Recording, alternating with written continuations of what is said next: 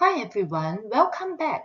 In the previous video, we looked at how Japan modernized rapidly during the Meiji period and became a strong industrial and military power. Now, in this video, we are going to examine something very different. By the 1920s, many Japanese had actually started losing trust in their civilian government. The big question is, why? To help us think about this, let's first look at a more modern example. This image is from Taiwan Parliament in 2025, where a fight broke out over political reforms. Now, let's use the see, think, wonder routine. First, what do you see happening? You probably notice chaos, shouting, physical fighting, and disorder in the parliament. Now think, what impression does this give you about the government? Some people may think the government is weak, politicians cannot work together, or leaders care more about fighting each other than solving problems. Now wonder, what questions do you have after seeing this? For example, why are they fighting? Why is politics so divided?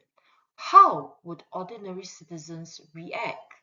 Now, this is very important because public perceptions matter a lot in politics. Even if a government is democratic, if people perceive it as weak, divided, and ineffective, they may gradually lose trust in it. And this is exactly what began happening in Japan during the Taisho period. Now, this scene from Taiwan would actually remind us of another country we studied before, Weimar Germany. Think back to the 1920s in Germany. There were coalition governments, constant political disagreements, economic crises, and weak leadership. Many Germans began to feel very frustrated with democracy because the government looked unstable and unable to solve problems.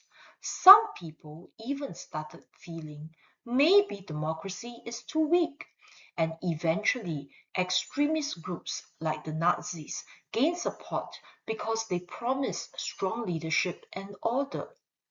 Now, here's the important connection. Japan in the 1920s experienced many similar problems.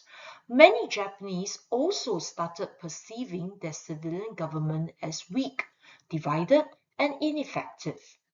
So, as we go through today's lesson, ask yourself, why did the Japanese lose confidence in the civilian government? Before we continue, let's do a quick recap from the previous video. During the Meiji period, Japan modernized very rapidly. Politically, Japan became a constitutional monarchy with a parliament known as the Diet. Economically, factories expanded, trade increased, and powerful zaibatsus emerged. Militarily, Japan built a modern army and navy and achieved major victories against China and Russia. As a result, Japan became stronger and many Japanese felt proud of their country. But during Emperor Taisho's period, things started changing. By the 1920s, many people increasingly felt that the civilian government was weak and ineffective. So, the big question we are investigating today is, what caused the Japanese to lose trust in the civilian government? Now let's compare these different examples together. In Taiwan, people saw conflict and disorder in parliament. This would make the government appear weak and unable to get things done. In Weimar Germany, people experienced instability and economic crises. Many Germans felt that the government could not improve their lives. Now look at Taisho Japan. By the 1920s, Many Japanese people also started to perceive their civilian government as weak. But why? What were the problems people experienced? What made them lose trust in the civilian politicians?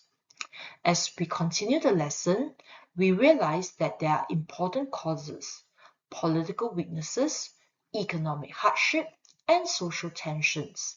Together, these factors made militarism increasingly attractive to many Japanese people. So now we arrive at the big inquiry question for today's lesson. Or why did the civilian government in Japan become weak? Or to put it another way, why did so many Japanese lose trust in civilian politicians by the 1920s and early 1930s? Under the Meiji Constitution, the Japanese emperor, with the help of the general, commanded the military and appointed the prime minister and the cabinet.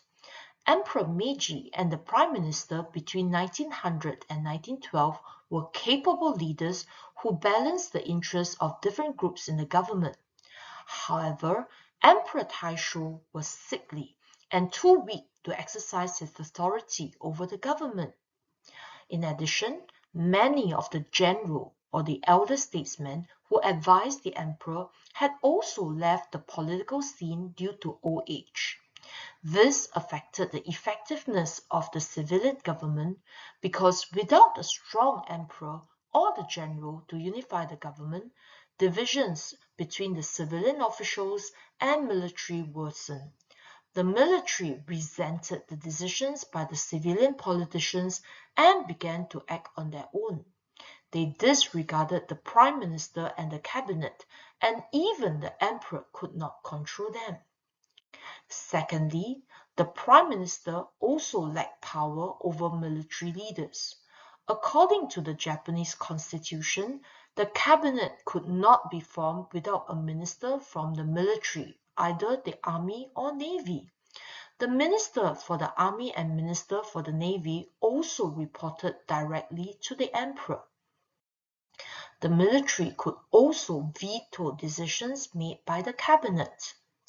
This undermined the authority of the prime minister and the civilian government because of the disproportionate influence of the military over the cabinet.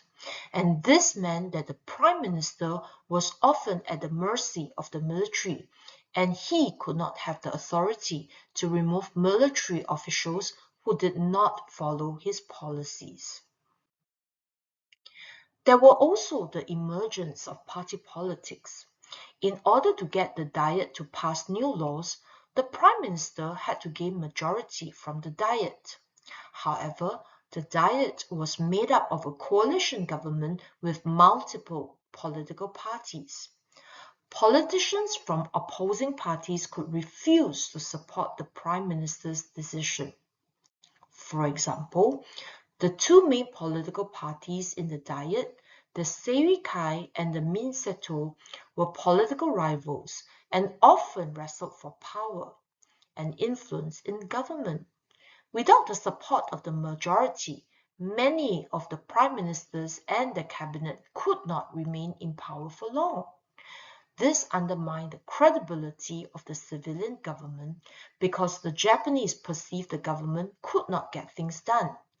In addition, party politics gave the Japanese the impression that political parties were more interested in squabbling among themselves for power rather than to respond to the country's problem. We have come to the end of the second video. In the next video, we will look at the economic and social crises that plagued the civilian government and made the Japanese lose confidence in them.